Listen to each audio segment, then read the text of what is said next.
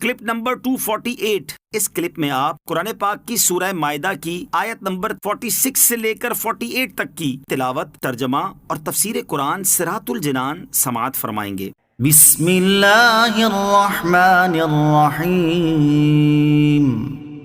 ترجمہ: اللہ کے نام سے شروع جو نہایت مہربان رحمت والا ہے۔ وقفینا علی آثارهم بعیسی ابن مریم مصدقا لما بین یدیہ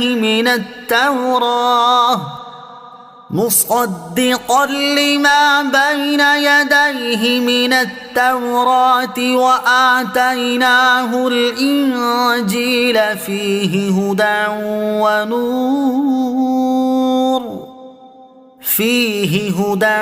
ونور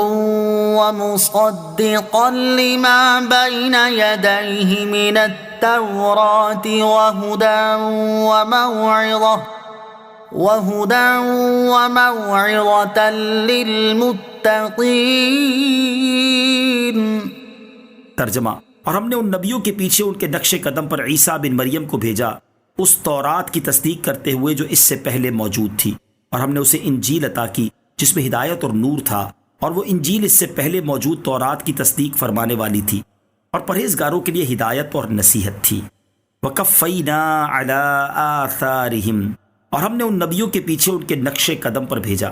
توریت کے احکام بیان کرنے کے بعد انجیل کے احکام کا ذکر شروع ہوا اور بتایا گیا کہ حضرت عیسیٰ علیہ السلام توریت کی تصدیق فرمانے والے تھے کہ تورات اللہ عز و جل کی نازل کردہ کتاب ہے، اور توریت کے منسوخ ہونے سے پہلے اس پر عمل واجب تھا۔ حضرت عیسیٰ علیہ السلام کی شریعت میں توریت کے بعض احکام منسوخ کر دیے گئے۔ اس کے بعد انجیل کی شان بیان فرمائی گئی کہ اس میں ہدایت اور نور تھا اور ہدایت اور نصیحت تھی۔ پہلی جگہ ہدایت سے مراد دلالت و جہالت سے بچانے کے لیے رہنمائی کرنا ہے، اور دوسری جگہ ہدایت سے سید الانبیاء حبیب کبریا صلی اللہ تعالیٰ علیہ وسلم کی تشریف آوری کی بشارت مراد ہے، جو حضور علیہ السلام کی نبوت کی طرف لوگوں کی رہنمائی کا سبب ہے۔ وَلْيَحْكُمْ أَهْلُ الْإِنجِيلِ بِمَا أَنزَلَ اللَّهُ فِيهِ وَمَن لَّمْ يَحْكُم بِمَا أَنزَلَ اللَّهُ فَأُولَئِكَ هُمُ الْفَاسِقُونَ۔ ترجمہ: اور انجیل والوں کو بھی اسی کے مطابق حکم کرنا چاہیے جو اللہ نے اس میں نازل فرمایا ہے، اور جو اس کے مطابق فیصلہ نہ کرے جو اللہ نے نازل کیا تو وہی لوگ نافرمان ہیں۔ وَلْيَحْكُمْ أَهْلُ الْإِنجِيلِ، اور انجیل والوں کو حکم کرنا چاہیے۔ اس آیت کا معنی یہ ہے کہ انجیل والوں کو بھی اسی کے مطابق حکم کرنا چاہیے جو اللہ عز و جل نے انجیل میں نازل فرمایا ہے، یعنی سید الانبیاء صلی اللہ تعالیٰ علیہ وسلم پر ایمان لانا چاہیے، اور آپ علیہ السلام کی نبوت کی تصدیق کرنی چاہیے کیونکہ انجیل میں اسی کا حکم دیا گیا ہے۔ دوسرا معنی یہ ہے کہ جب ہم نے عیسائیوں کو انجیل عطا کی اس وقت ان کو یہ حکم دیا تھا کہ وہ ان احکام پر عمل کریں جو انجیل میں مذکور ہیں۔ وَأَنزَلْنَا إِلَيْكَ الْكِتَابَ بِالْحَقِّ مُصَدِّقًا لِمَا بَيْنَ يَدَيْهِ مِنَ الْكِتَابِ وَمُهَيْمِنًا عَلَيْهِ فَاحْكُم بَيْنَهُم بِمَا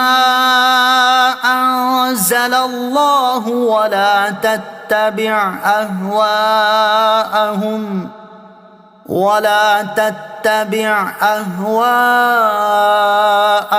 عَمَّا جَاءَكَ مِنَ الْحَقِّ لِكُلٍّ جَعَلْنَا مِنكُمْ شِرْعَةً وَمِنْهَاجًا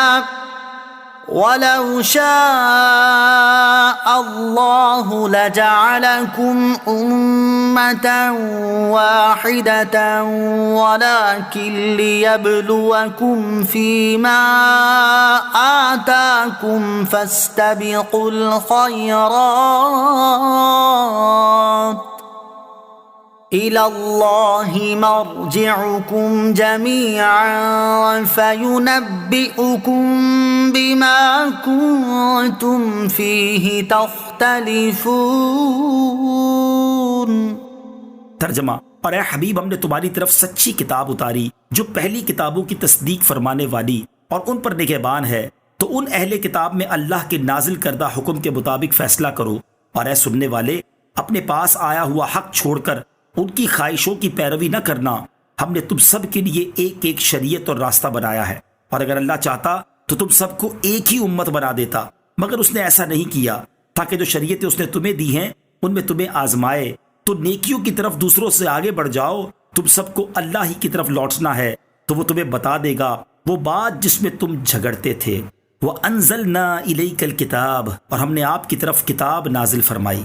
تورات و انجیل کا تذکرہ کرنے کے بعد اب قرآن عظیم کا تذکرہ ہو رہا ہے۔ چنانچہ ارشاد فرمایا کہ اے حبیب صلی اللہ تعالیٰ علیہ وآلہ وسلم، ہم نے تمہاری طرف سچی کتاب اتاری جو سابقہ انبیاء علیہ الصلوۃ والسلام پر نازل ہونے والی کتابوں کی تصدیق کرتی ہے اور ان پر نگہبان ہے۔ تو جب اہل کتاب اپنے مقدمات میں آپ علیہ الصلوۃ والسلام کی طرف رجوع کریں تو آپ صلی اللہ تعالیٰ علیہ وسلم قرآن پاک کے مطابق ان کے درمیان فیصلہ فرما دیں۔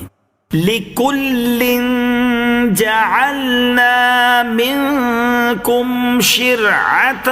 وَمِنْهَاجًا،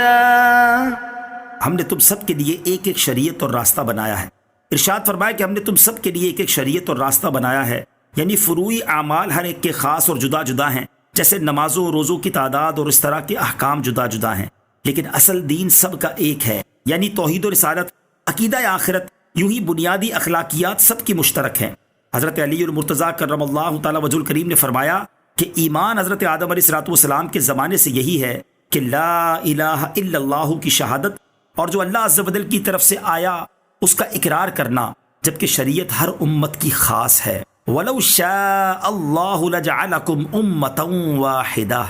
اور اگر اللہ چاہتا تو تم سب کو ایک ہی امت بنا دیتا۔ ارشاد فرمایا کہ اگر اللہ تعالیٰ چاہتا تو تم سب کو ایک ہی امت بنا دیتا، مگر اس نے ایسا نہیں کیا، تاکہ جو شریعتیں اس نے تمہیں دی ہیں ان میں تمہیں آزمائے اور امتحان میں ڈالے، تاکہ ظاہر ہو جائے کہ ہر زمانے کے مناسب جو احکام دیے کیا تم ان پر اس یقین و اعتقاد کے ساتھ عمل کرتے ہو کہ ان کا اختلاف اللہ تعالیٰ کی مشیت مرضی سے ہے اور اس میں بہت سی حکمتیں اور دنیاوی اور اخروی فوائد و منافع ہیں، اور یا تم حق کو چھوڑ کر نفسانی خواہشات کی پیروی کرتے ہو۔ فَاسْتَبِقُوا الْخَيْرَاتِ، تو نیکیوں کی طرف دوسروں سے آگے بڑھ جاؤ۔ قرآن پاک کا حکیمانہ طریقہ یہ ہے کہ جن معاملات سے انسان کی دنیا و آخرت کا کوئی قابل قبول فائدہ متعلق نہیں ہے، ان میں بحث و مقابلہ کرنے کی بجائے انہیں رضائے الہی اور بھلائی کے کاموں میں مقابلہ کرنے کی